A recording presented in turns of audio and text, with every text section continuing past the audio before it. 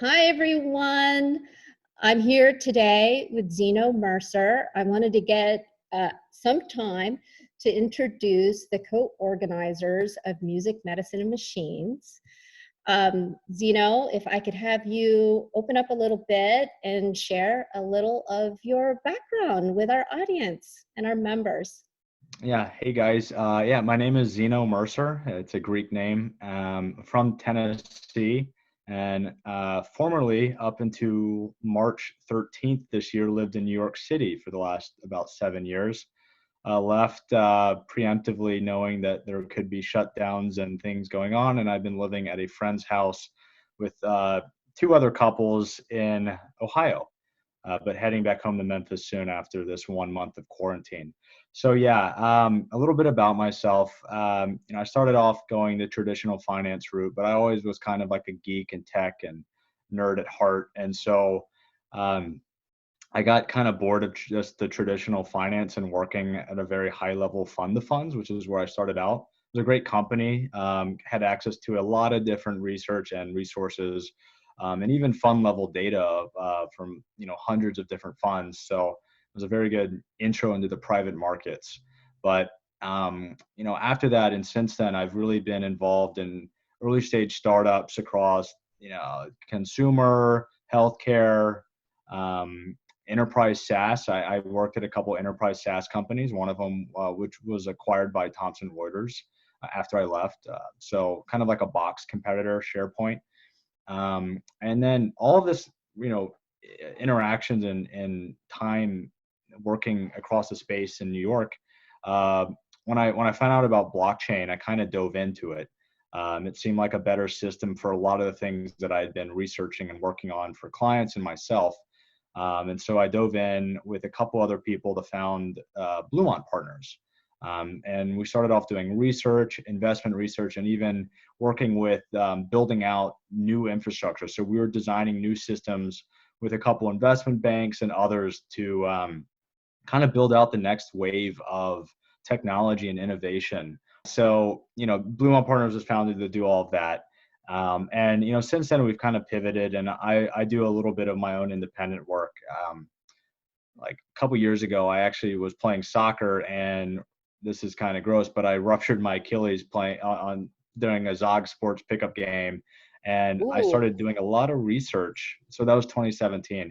I started doing a lot of research on what makes up fibrils and tendons and collagen, and then just kind of started doing a deep dive, going down clinical trial results and healthcare, and then it just started spiraling. I had family members who were sick, and I just kind of became this like full-time healthcare researcher and doing online courses, biology, neuroscience, autophagy. I just started diving into every single angle of healthcare I could find and helping people. And then eventually that research got me enough kind of street cred, and I was going to events that some people started paying me for that research. So I went That's from awesome. not having a background in research or in healthcare to kind of spending 24/7 of my life looking at ways to make it better, problems with it. Um, Yeah. so yeah, that was, since then, for past 3 years, it's been a mixture of, blockchain, artificial intelligence, and healthcare. Well, that's a good segue for my question around the COVID crisis. As you know, our first kickoff event, we want to talk a little bit about the innovation that's being spurred by COVID. From a blockchain standpoint, do you see anything happening in blockchain to help solve the crisis?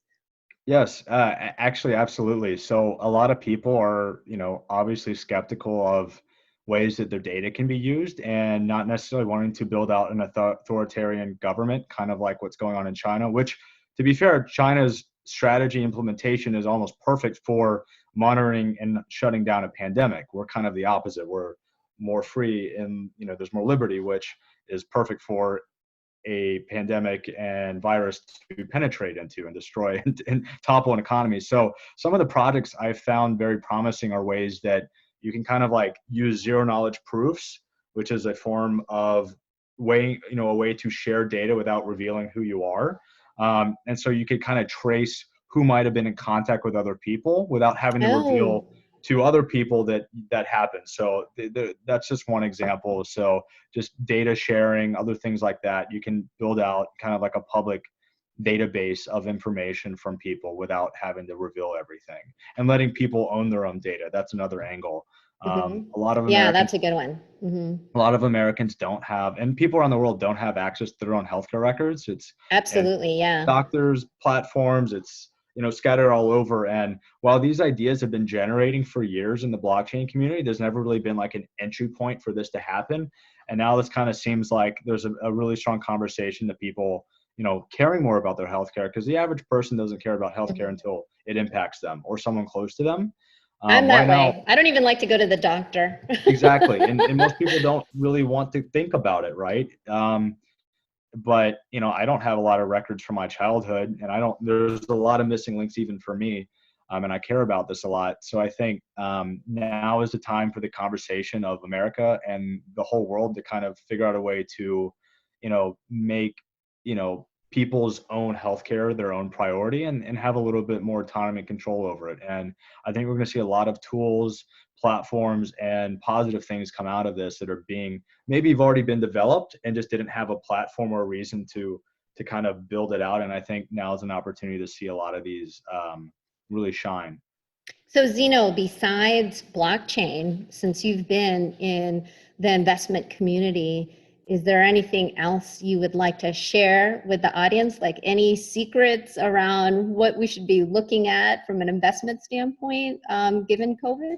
Well, yeah, past performance does not mean future performance, and this is not an investment advice. But I mean, I guess long-term trends out of it. There definitely going to be a lot of long-term trends that change from this. I mean, work from home is probably going to stick around for a lot of places, Hmm. regardless. So, I mean, we had the last kind of 8 years be the renaissance of co-working and decentralizing the workspace, and now that's going to be further shuffled out. That's an obvious one, and I guess there's a lot of obvious and not so obvious things that we'll see come out of this. But I mean, obviously, like healthcare, autonomous robots, drones might even be more implemented. Yeah, we talked a little bit about that. Yeah, Yeah. so I mean, there's a lot of different spots that you'll see coming out, like not necessarily from an investment standpoint, but from, just kind of like where things are going. I think we'll be heading that direction. Well, I know we're going to talk about it more on our first launch event. Also, we had to also scramble to convert it to a virtual event like everyone Well, you were else. asking how did COVID affect us? Well, I mean, our launch, what was our original launch date again? Like Oh my April 1st? gosh. I had hoped to launch in February at one point. Yeah. I don't know if I could blame COVID for that as much Oh, that one, as. no. But the next one that we were all kind of jumping in on, that one, we were like, I remember having a conversation. I was like, Donna, I don't mean to be like a doomsdayer, but we should maybe think about making a virtual conference. Oh my Uh, gosh. I still remember when we chatted before the first announcement of the first positive patient in New York. yeah, And we were both like, oh my God, if this hits New York, this is going to be horrible. yeah. It is. And I mean, it's just the yeah, sure density. And enough. so, yeah, and it's not so much even about, like, obviously if we had shut down everything ahead of time, those are obvious moves that should have been made. But New York is very unique in the subway and the way that it's built out. Like, it's a different Yeah. organism than the rest of the US. So, people Mhm. are making comparisons versus Washington State and California. I mean, they're in cars. Like one person in a subway could infect like 50 people in a day or Yeah. more. Oh So my it's just gosh. it's a different story. I'm still hopeful to Oh, get up to New York, though, for an event for music, medicine, and machines, at least an in-person one. That could be a yeah. while, It could be a while. but We could be I'm still everyone hopeful could be that it will wearing happen. masks, or we might. Oh, like I was a part of the MIT hackathon this past weekend, Oh, and yeah. Tell us a tiny bit about that. Yeah. yeah, so I had heard about it like a couple weeks ago, and I wasn't really sure where I was going to be, but then I saw another notification earlier last week, and I, submitted an application. I think 5,000 people applied, and they had 1,500 people attend, and so it was split up about like that many people in the groups of like five on average.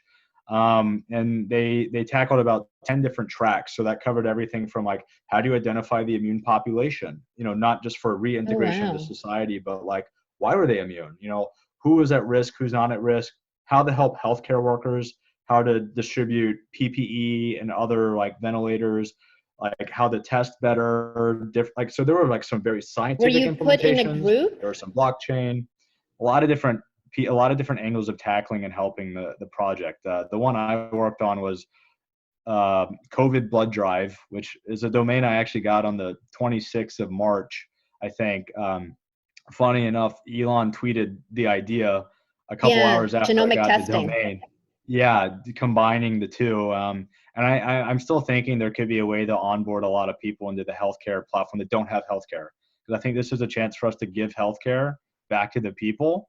And I don't know. I think this is a good opportunity for the U.S. to course correct its healthcare Yeah. platform. So when do we find out the results of the hackathon, or Oh, they already what did. happens next? Yeah. So I mean, there were about 4 winners from each track. We didn't win. I'm not disappointed. I think our idea wasn't as glamorous. Some of the others were like had very fancy names and maybe better. Like we were the identifying the immune, and ours was kind of like a hybrid of like a treatment, which is a different track, and donating blood, which isn't necessarily sexy, but it's necessary, both the plasma for Yeah. cures and for research purposes. Yeah. So, I've been a prior platelet donor myself, oh so I yeah, know how important it is. I've donated blood, and yes, I pass out. Whatever that phobia is, I Yeah, can't it's help it. not the easiest procedure, FYI. Yeah, no, But I don't know great why cause. I get hit by it, but I do. I think a lot of people do, but I guess I couldn't be a doctor. So I'll stick with the research and implementation from a technology side. Mhm. Well, fortunately, I think our meetup will definitely draw some clinicians and some doctors, so it'll be fun to network with those type of folks. Yeah, definitely. And I mean, at that point, hopefully we've passed, not just the apex, but hopefully we've got a much better situation under control. I hope And so. yeah, I mean, and obviously it'll hit different places later, but hopefully we can take care of this. Very, very hopeful for the information sharing. I mean, this is one of the most unified I think the entire world has ever been, and I mean the entire That world. is As, true. That is true. I mean, we because like talk about music being a uniting force.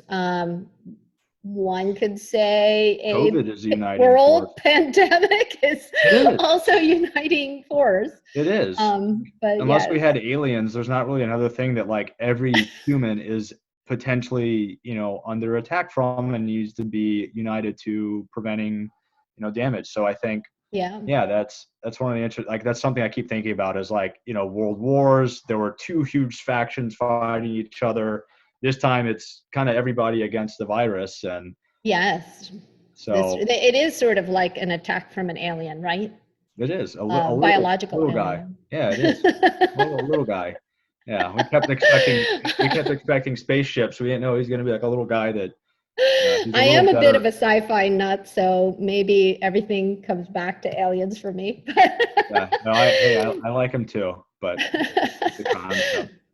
But Zeno, thank you for joining me, and I certainly look forward to having all our organizers, including you, be part of our launch event. And thank you so much for supporting the group. And I'm sure the audience is going to have more opportunities to get to know you. Yeah, I can't wait. Okay, thank you. Take care. Thank you.